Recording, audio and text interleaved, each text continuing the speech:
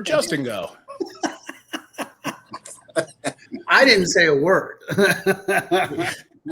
Oh, there he is. There he is. All right. What happened? How did I get backstage? You must have hit something. Oh, sure. You know who's in charge, Hey, a shout out to Bent's Camp up in Land O'Lakes, Wisconsin. I was up there a couple weeks ago. There was a lady came up and mentioned this show, and she watched it in Land O'Lakes, Wisconsin. That just goes to tell you, never know where we're reaching. But that's awesome. If you've been to Land O'Lakes, there's not much other than watch this show or drink. So whatever it is. But Bent's Camp, Land O'Lakes, if you're in the area, go to see it. So welcome, all the more reason everybody. to watch this show if you got somebody drinking in your life. It goes connection right there. No wonder. Yeah, no wonder we're getting some play in Land O'Lakes. Wow, what an honor too to bring on Kevin Petersen, the family whisperer himself, to the Intervention on Call family. This is a big deal. Like, welcome. It's kind of like, Aaron Judge coming over, playing for like the Dodgers or something. This is a big signing. I just feel like I got called up to the majors. That's all. Well, you won't think that for long, but yeah, anyway, manage those expectations, Kevin. Matt and Justin, old-time friends, welcome. Just another show. Thank you for everyone for chiming in.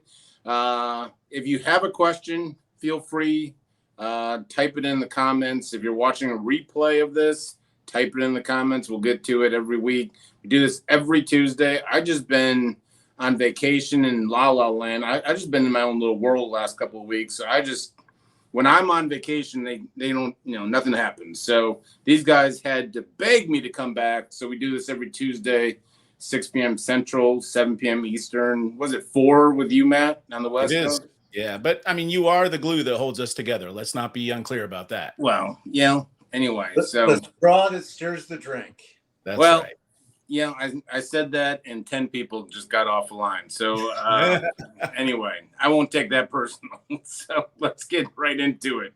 All right. We organized a family meeting with our whole family to help out our 24-year-old son. We all were crying except for our addicted son. We don't show emotion as a family, but nothing got through. This goes on ultimately asking, like, what do they do wrong? Whatever it may be. Let's do the rookie first. Kevin Petersen. What do you got for this person? Well, good for you for doing the whole thing, organizing the family meeting. Now, the first question I have is that, did you do this on your own, or did you have a professional with you? Because it just makes a huge difference, but we'll just push that aside because we'll never get an answer on that one. It was by themselves. I can tell you that. Okay. So I always tell folks and families that I really think they're always going to have a better chance of success of having like one of you three gentlemen with them talking through the whole process. But here's the thing, and I think this is critical. And this was my experience actually, was I sat there and listened. I just gave them the hard face and the stone face. And it took a little bit while longer, but the message got through, number one. And number two, my big specialty is now you hold your boundaries. And now you keep it clean and keep it clear that we love you. And the answer is no. And no to everything. And that if you want help, we will of course move heaven and earth to get you help. But if you're going to continue your drug and alcohol lifestyle, the answer is no, and we'll respect your choices. That I have found in time will eventually bring him over to your side of the street. That's my thoughts. Matt Brown, we got some emotion from an emotionally numb family. They cried, except for the addicted individual. What do you got?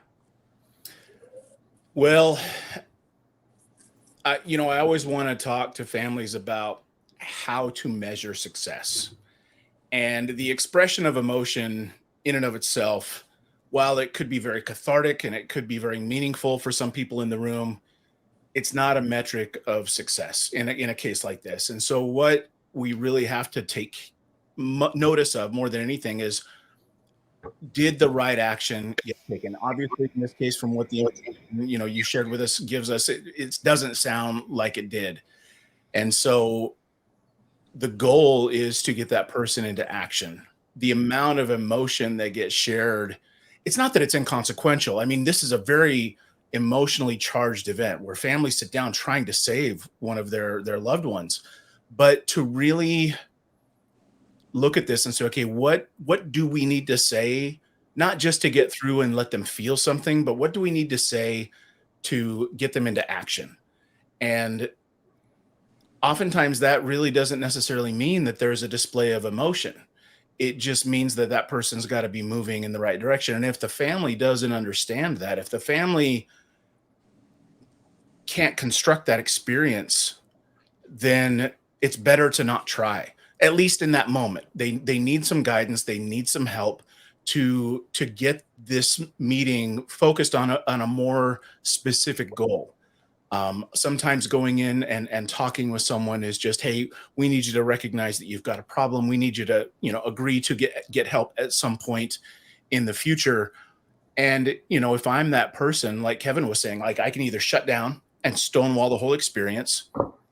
The other thing I could do is maybe just agree to whatever it is you want. Hey guys, this sounds like a great idea.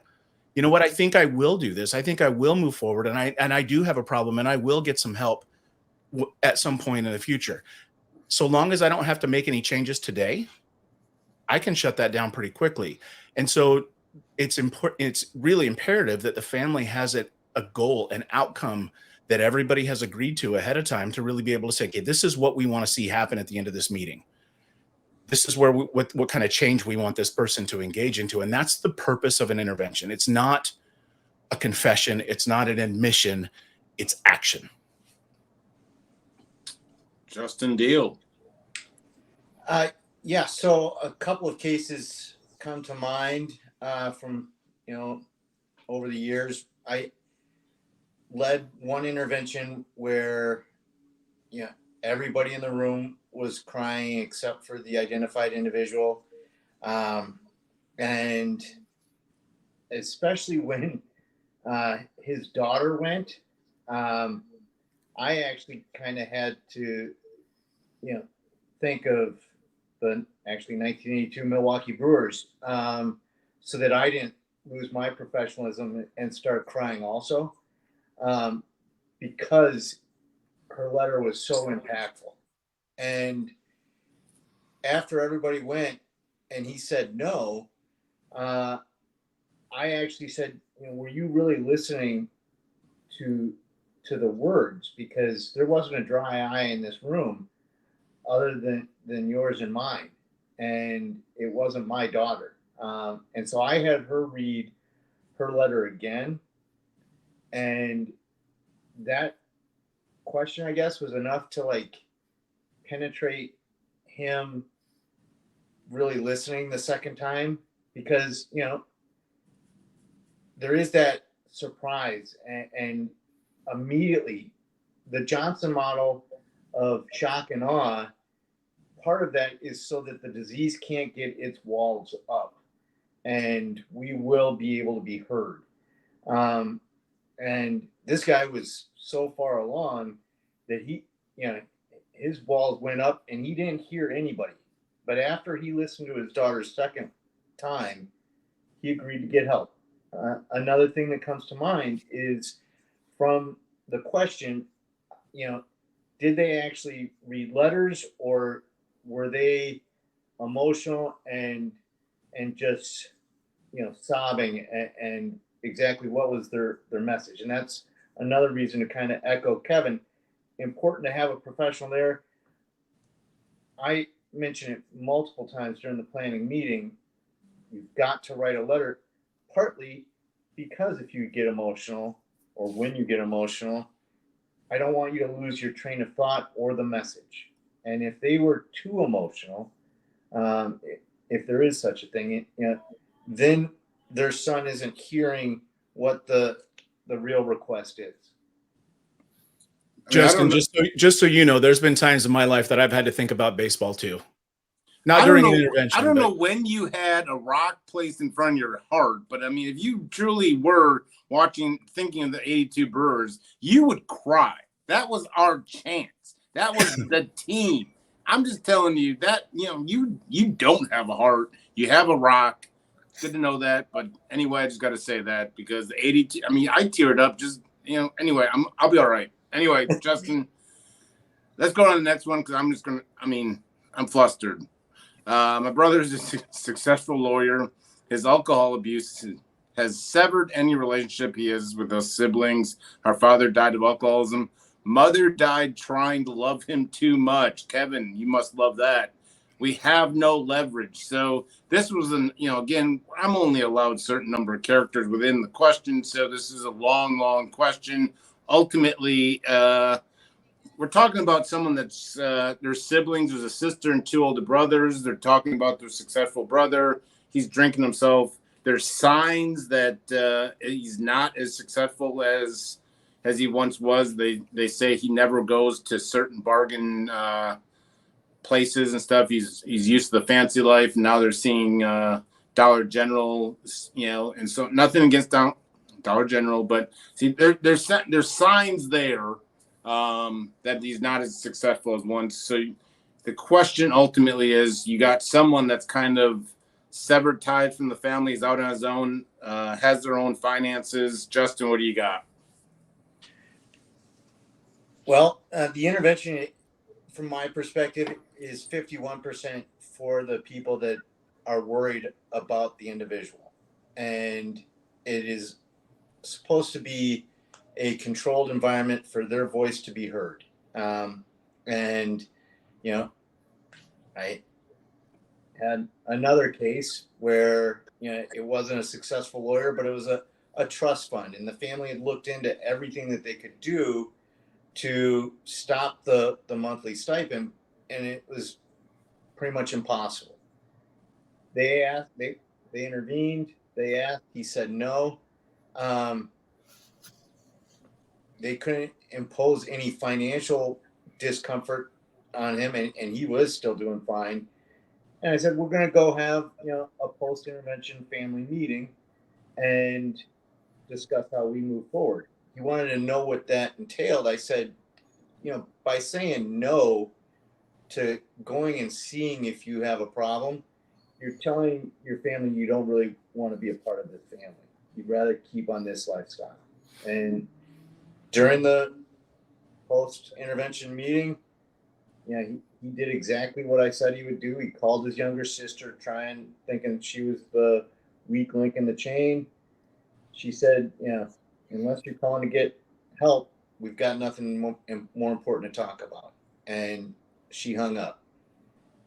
15 seconds later, he called the dad and said, fine, I'll go. You don't want to minimize the power of being part of a family. But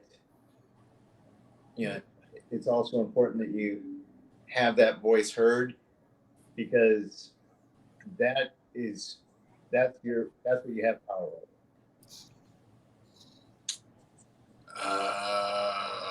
Kevin, brothers successful. You got the siblings. You got mom and dad. That obviously, dad died of alcoholism.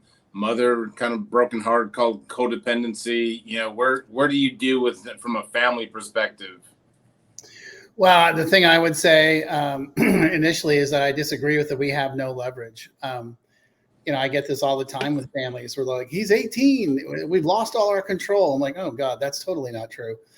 I was 27. My parents sat me down and said, we love you, but we don't believe a word out of your mouth. You're a liar, cheat, and a thief. And, you're an alcoholic and a drug addict. And we know you didn't graduate from college. But I had my own house, my own car, my own job. I had no financial ties to them. What they were saying, and this is sort of the repetitive theme that you always get from me, Jay, is we love you, but we're not going to stand back and watch you kill yourself. And if you're going to choose to kill yourself, you're an adult, that's your choice, but you're going to do it without us. So, what I tell families is every day you got to think about this. Every day you wake up and you open the front door, and along comes the car from a roller coaster, and you have a choice. You can get on, or you can just let it go. And the hardest thing families do is just let the thing go with the addict or the alcoholic without them, because they're just like, yeah, we're not going to participate. But as soon as they want to get off, we will give them all the help they need. But that actually is your leverage, because my family held their ground for 6 weeks, and they wouldn't talk to me. They wouldn't engage with me, and they wouldn't put up with my crap. And I did what all tough guy alcoholics did. I called mom and started crying, like, oh, dad's mean. You guys don't love me. This is so unfair. And they were ready for that. That was part of the plan, and they're like, well, if you start seeing a therapist with your dad, I think we might be able to lighten up. I'm like, therapist, no problem. And I did. And that's what led me to getting sober. So I disagree with the concept we don't have any leverage. I think it's horrible that your dad died as an alcoholic. I'm really sad about your mom, but you have the opportunity to implement change in your family system right now by contacting one of these three incredible gentlemen. Read my book first, Chronic Hope, Families and Addiction. Maybe give me a call and we can talk about how to lay out the plan, and then we'll bring in an excellent interventionist and sit down and have the conversation. And like Justin was just saying, intervention is really more for the family's benefit, to be totally blunt, and just be like, we just want to be clear, we're not doing this anymore. By the way, when my dad said that to me, we're 5 minutes into a 4-hour car ride. I was like, I'm trapped. And he didn't let up, man. And he made it clear. And the fact that and every addict and alcoholic has this experience. Oh God, this again. But they held their ground. And that was the difference. This time they didn't cave. And I was like, hold on, wait a minute. The one thing I can always count on is having my family's love and acceptance of my stupid behavior. And when they're like, no, but when you want to get smart, we'll be happy to hang out with you. So that's my 2 cents. One of the biggest lies we tell, addiction tells us, is that we're only affecting ourselves in the midst of addiction. And I think, I love what you said, Kevin. I think sometimes I even forget that, the love and the, standing the ground, the boundaries are all leverage in itself. And it just lets the addict, the alcoholic, who, know that there's love out there. There's love for it. And I don't know your family story, but there's love there, but it's also, they've been affected. It's not just me that's being that. When I finally totally grasped the idea that my family was going through some things, it wasn't just me destroying my life, meant the world. And I think, interventions, all this whole process, talking with, family counselors, therapy, whatever, interventions, all, I think you learn that it's not just you that you're affecting. Matt Brown, what do you got? These guys have really covered it all. I think the only thing that I would add to this, one of the comments was, his drinking has severed, I forget the exact words, but basically severed the relationships. Yep. And I would challenge that and say, okay, is it him that's distanced himself from you, or have you distanced yourself from him? Because that's really, when you don't have that leverage, sometimes the leverage is not what can I take away from you, or what can I stop doing to enable you, or what do I have to change so that I'm putting distance between me and you to protect myself. Sometimes the leverage is, I want a relationship with you. I want to be closer with you. I miss you. And your drinking has pushed this away. It's robbed us both of this experience that we could have been having together. Let's fight for that together. And it's not, hey, you're pushing me away. This is all you're the perpetrator here. I'm the victim. And you've taken away, this relationship. Sometimes it's really just about fighting to get that closeness and that connection again. And that's where we find the leverage. And the other thing, of course, being that he's a successful lawyer, you can always go the route of his license, to state the obvious, to be able to say, hey, listen, if you don't get some help, we understand that this is affecting your ability to practice ethically and honestly, and to be able to serve your clients. And we may have to report you to the bar and have you investigated and have your license suspended. And sometimes I know, There was a really amazing guy, Louis Lecter in Austin, Texas. When I lived in Austin, he was a man in recovery. If I'm not telling his story for him here, I don't think he'd mind me saying that. But he was the guy for the Texas Bar Association. Anytime there was an attorney in trouble, Louis was the one to step in and get them help.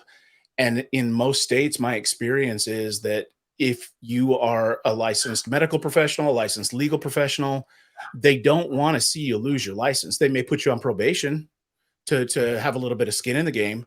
But most of the time, these organizations have systems in place to support impaired professionals. And oftentimes, you don't even have to go the route of hiring an interventionist. You can do that. And not that you want to necessarily make it punitive, but I can't tell you how many doctors or attorneys or nurses or any other professionals that have a license that has to be protected have been able to get into recovery because at one point they put their license in jeopardy. Amen. We were talking about trust funds and kind of stuff. This hits home to me. It's something we lost our father last year, and in his will, he stated that my 31-year-old sister is unable to receive her inheritance until she is 40 years old. Main reason being her drug addiction. You got the older brother who's the executor of the will. You got 31-year-old sister clamoring, begging for that shot of inheritance. This is the executor of the will, the older brother, looking for guidance as to what's their option. They've brought up treatment numerous times, according to the email, the question. But as far as the executor, Matt, we'll start with you. What kind of options he's looking for? Kind of options or suggestions?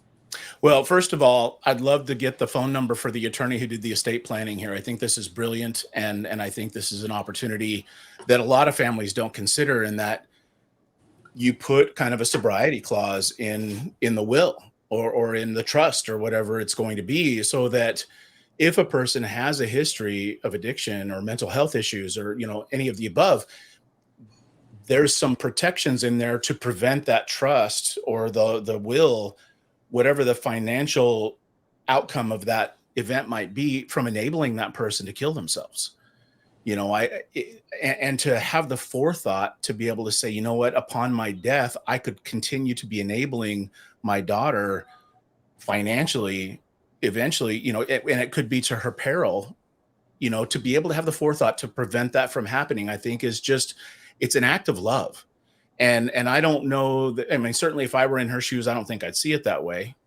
I want to party like it's 1999, but it's one of those things that I think more families ought to give consideration to, and that, it always goes back to those two questions that I have families ask themselves. Am I enabling this? Am I being harmed by this? And if either of those answers are yes, I've got to change my behavior so that I'm no longer contributing to this, or so that I'm no longer being harmed in a way that I could prevent. And so I think that the only thing that maybe I would change in that, instead of just having it hard and fast at 40 years old, maybe have a stipulation in there that, once they do get to 12 months or 24 months or 18 months of recovery, that the executor at their discretion could start to distribute those funds. Because, not that I think people's recovery should be financially motivated, but to be able to say, you know what, my life could get better fairly quickly if I were to get sober. Whatever somebody's motivation is for getting sober, most of the time it's an external motivator, whether it's, a legal consequence, a medical consequence, a relationship consequence. Most of us wake up one day and say, you know what, I think I need to get sober today.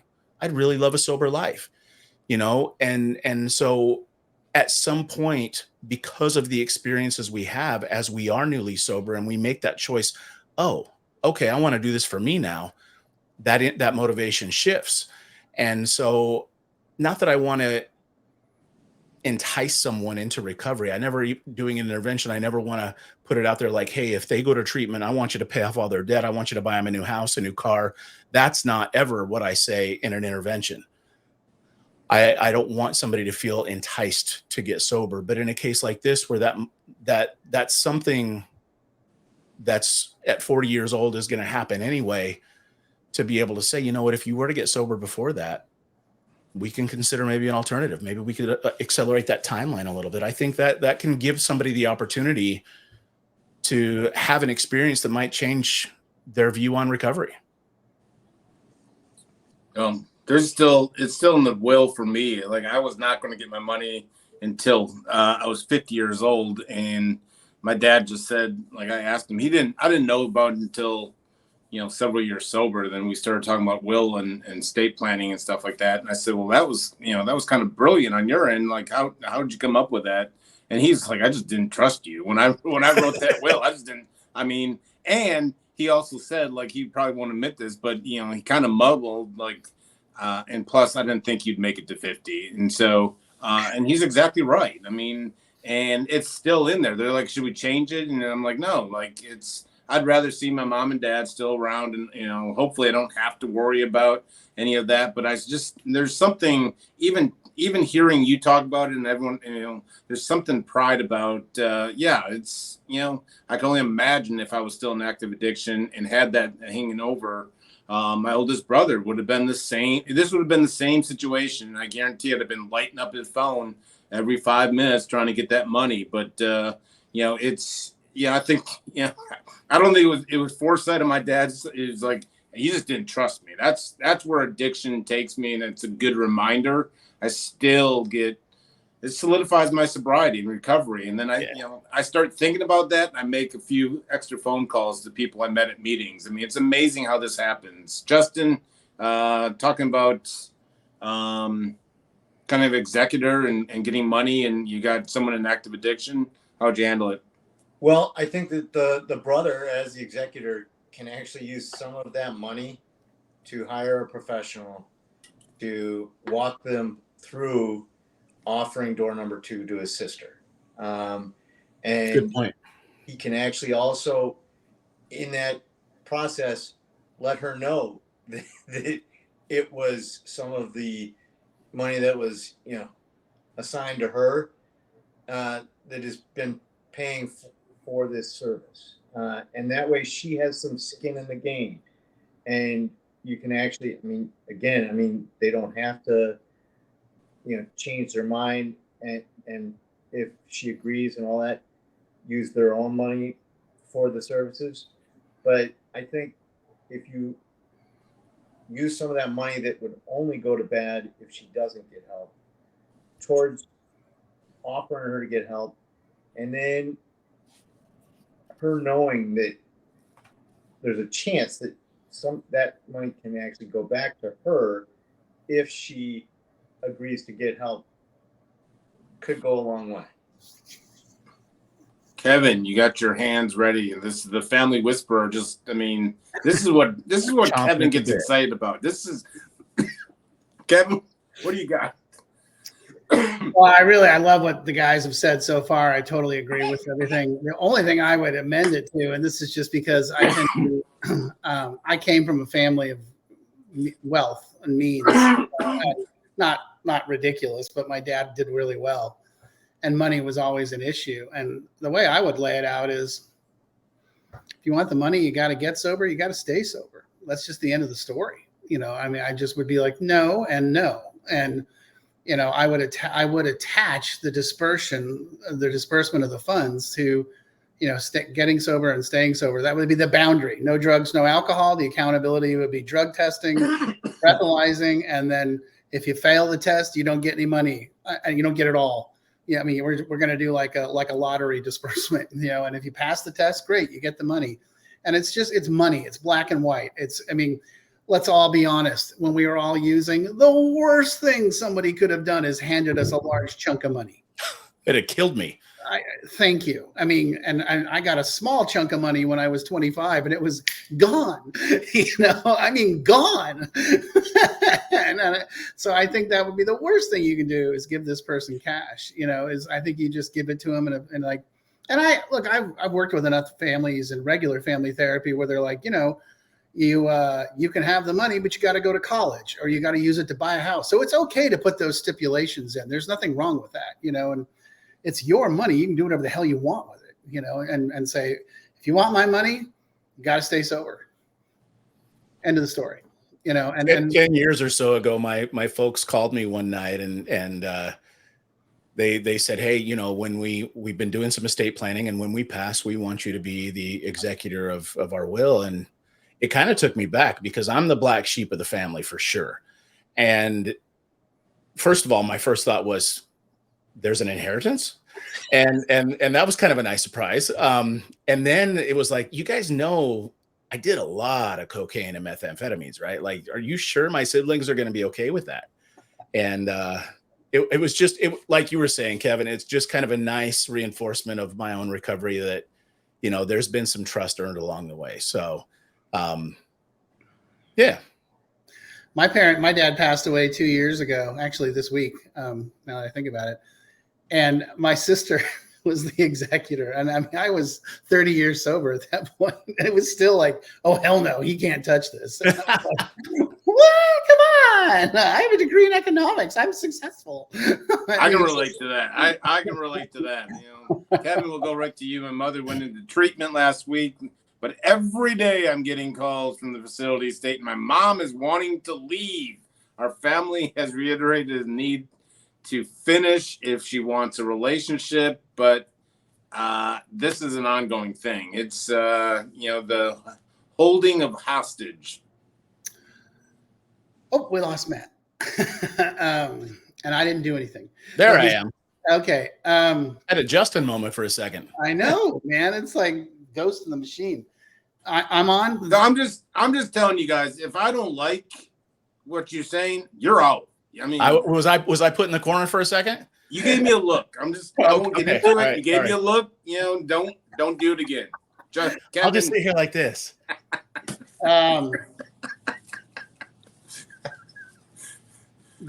Great question. I get this question all the time.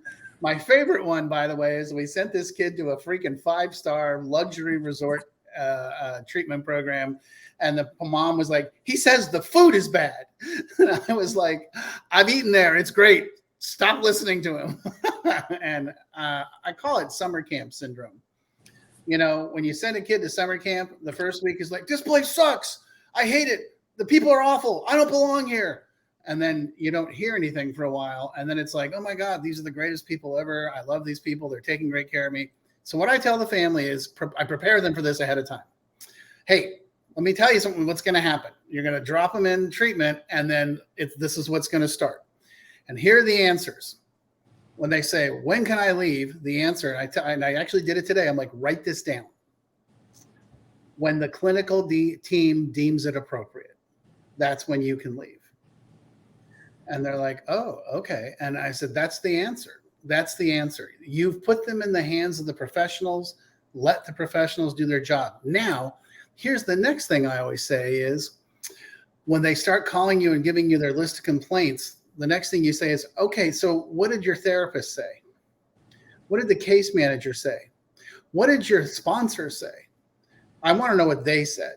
And they're almost always going to be like, well, I haven't talked to them, because the family dynamic is set up that they've always complained to you because they know you'll go into action to solve their problem and fix them. So that's why you're working with me, because I'm going to change that. You're not going to do that anymore. And so when they realize that brick wall is there, it's kind of like the last question. Once we all realized, our families were like, oh no, we're done. Then they're going to be like, oh, okay, I guess I got to grind. They're just testing to see if you'll give.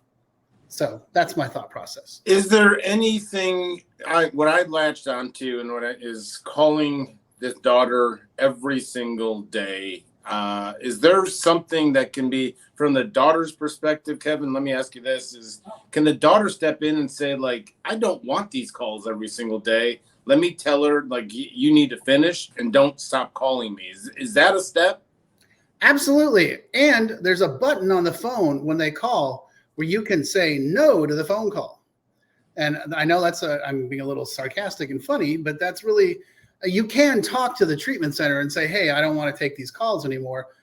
I mean, I'm kind of surprised this person has access to the phone in the first week of treatment, but whatever. But you can also just don't take the call, you know, and if you keep doing that in repetition, an amazing thing happens. They stop calling, you know.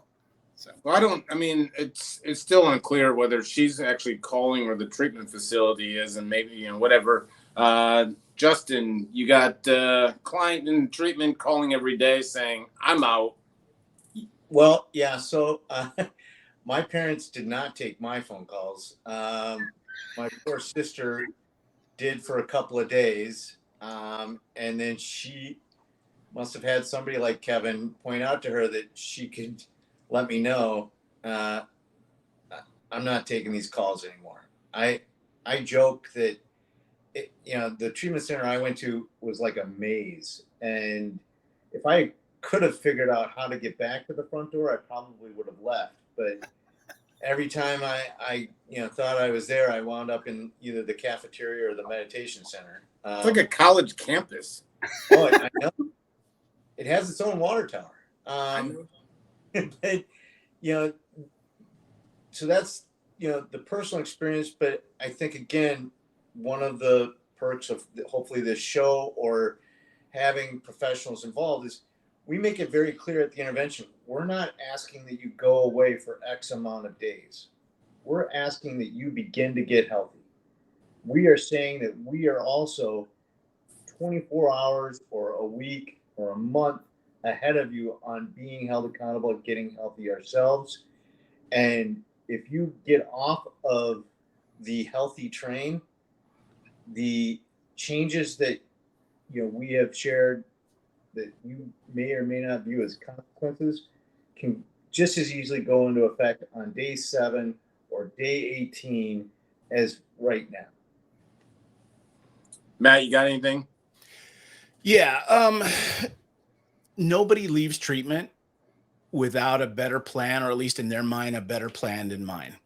Nobody's going to leave to intentionally go and become homeless or destitute. There's this expectation that if I create enough fear, there's going to be a reaction on my family's part. And that reaction is they're going to prevent me from being homeless. They're going to prevent me from being uncomfortable. And so, for that family, if the team's calling them saying, hey, your mom's thinking about leaving, I would coach them to say, okay, I get that she has that choice. What's her plan? Why am I a part of this conversation? Because she's not coming here. My relationship with her is in suspense until she completes treatment. And so she's welcome to leave, but what does that mean for her? Does she have a plan for how she's going to take care of herself if she's relying on the family? Like, I don't understand why there's an obligation that's implied on my part that if she leaves treatment, that suddenly I have to step into action, because that's not going to happen. And so to really create that boundary, and it doesn't have to be harsh, but to be able to say, okay, yeah, even if you're talking to one of your children, okay, let's talk about that. So you're going to leave treatment. What's going to happen from there? Where are you going to stay tonight? How are you going to eat? Because, my desire is to support you while you're in treatment and getting well. And so if that's not some support that you want, I'd love to know what your plan is. And most of the time the response is, oh, you mean you're not going to buy me a plane ticket home? Okay. Well, I guess maybe I'm going to stay here then, because that reaction, that fear-based reaction wasn't there. And instead it's been replaced by this confident curiosity. Like, okay, so tell me what your plan is. That changes the dynamic of the relationship. It lets that person know, hey, I'm not going to be held hostage by this anymore. This expectation that you somehow implied in this conversation that I'm going to jump into action to keep you from being uncomfortable, that's gone. So now let's talk about how you're going to solve this problem that you are creating for yourself. Because what I coach families to do is we have got to fire the banker and we've got to fire the janitor. You got to stop enabling the problem and you got to stop cleaning up the problem after it's been made. And what that person is expecting is, okay, the janitor's still on the payroll here, so I'm going to make a mess and they're going to come clean it up. And when you abandon those roles, that person gets to feel the responsibility for whatever crisis they're about to create for themselves. Well done. Well done, Matt. I want to add one more thing. So I had a counselor call me on a Sunday night and apologized for calling me, but wanted to give me a heads up that, the patient had been put on a 24-hour hold to try and change their mind, but he was going to leave AMA. And I said, I would much rather get that phone call than a phone call, Monday morning at 10 a.m. from the parents going, he left. And with that information, and that guy did leave, but with that information, when he got his phone back and was taking the Uber to the airport, he opened it up, and there were text messages from all of his friends that had been at the intervention, his parents, saying, we're not going to fall back into the janitor or banker. And he actually turned around and went back to the treatment center. Well done. Well done. Bert, looks like Bert wants in. He says that you can always say, I love you, and the answer is no. Jesus. Well, gentlemen, you did well. Gold star for all you guys. You guys did well. This is one of the longest shows I think we've ever done. But you know what? We do this every Tuesday, 6 p.m. Central. Right in the questions. We got 0 questions today. Yeah, I'm looking at the comments here. I didn't see anybody jumping in. We got 0 comments, but I take that personal. So I will fight the rest of the night to find my self-worth. So I had somebody on Facebook reach out to me today to ask if we were going to do this show. So Meredith, I'm talking to you. I want to see some questions. All right. You got to send us in some questions. Let's be interactive here. Way to put someone on the spot there. We can shame them. I mean, at least I didn't use their last name, but Meredith, you know who you are. Come on. Man, Guilt and shame. Using those ACA roots. I love it. We appreciate anyone watching, but thank you so much. I'm not going to call anyone out, but guys, thanks again. We'll do this again next week. InterventionOnCall.com for any more information. See our lovely bios. Go check it out. InterventionOnCall.com. I'll see you next week. Thanks, for Jay. organizing it, Jay. Thanks,